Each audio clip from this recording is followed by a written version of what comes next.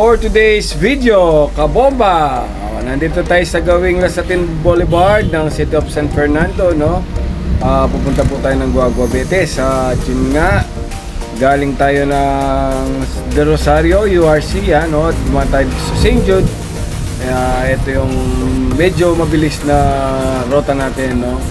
So, diretso lang tayo, tapos overpass, diretso, yan, no? At makakarating na tayo ng Don Bosco Highway, yan mga kabomba.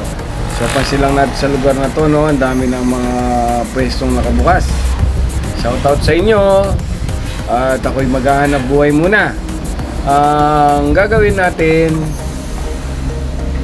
kaya tayo pupunta ng Guagua Betes ay may titignan tayong van, yan, no? Nag-agent kasi tayo kuminsan para may extra income naman tayo mga kabomba.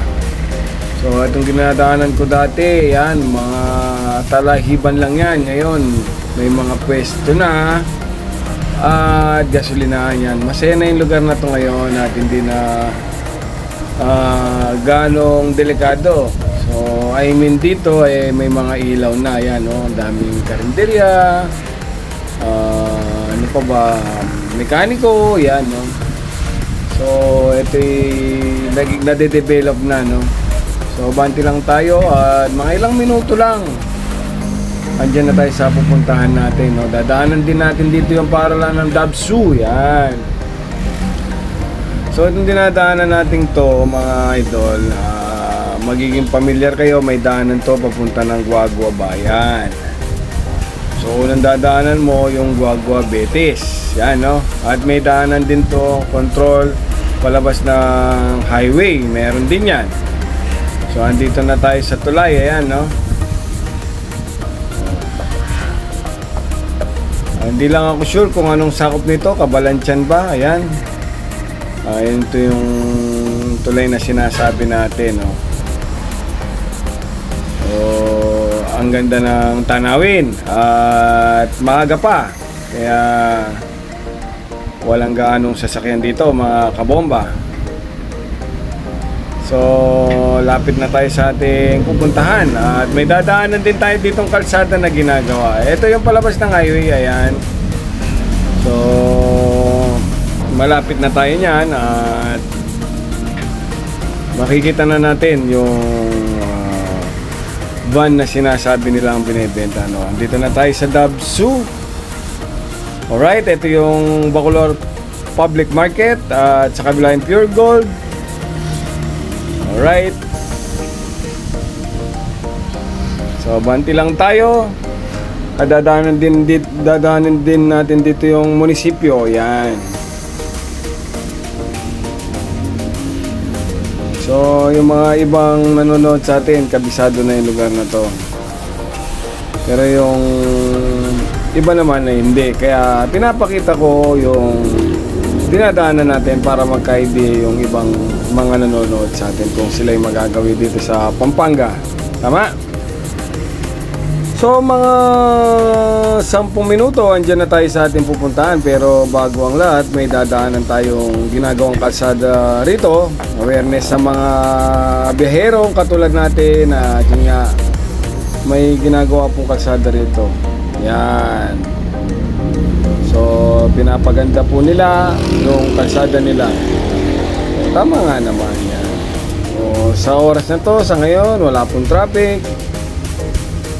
Yan, may gasolinahan na rin. So malapit na tayo sa simbahan ng Guagua Betes, no? Doon titignan na natin yung inahahente nating sasakyan mga kabomba. So kailangan nating mag-ahente para may extra income si kabomba, no? So kuminsan kasi sa ating pwesto walang trabaho, nakatambay lang tayo, bakit hindi natin subukan na mga ilang oras ang pag-ahente, di ba? Malay natin, baka makadil tayo. Edi may kita na tayo. At yun nga mga kabomba, 3 minutes away, nandyan na tayo sa simbahan mismo ng Betis. Ang ganda ng tanawin dito, no?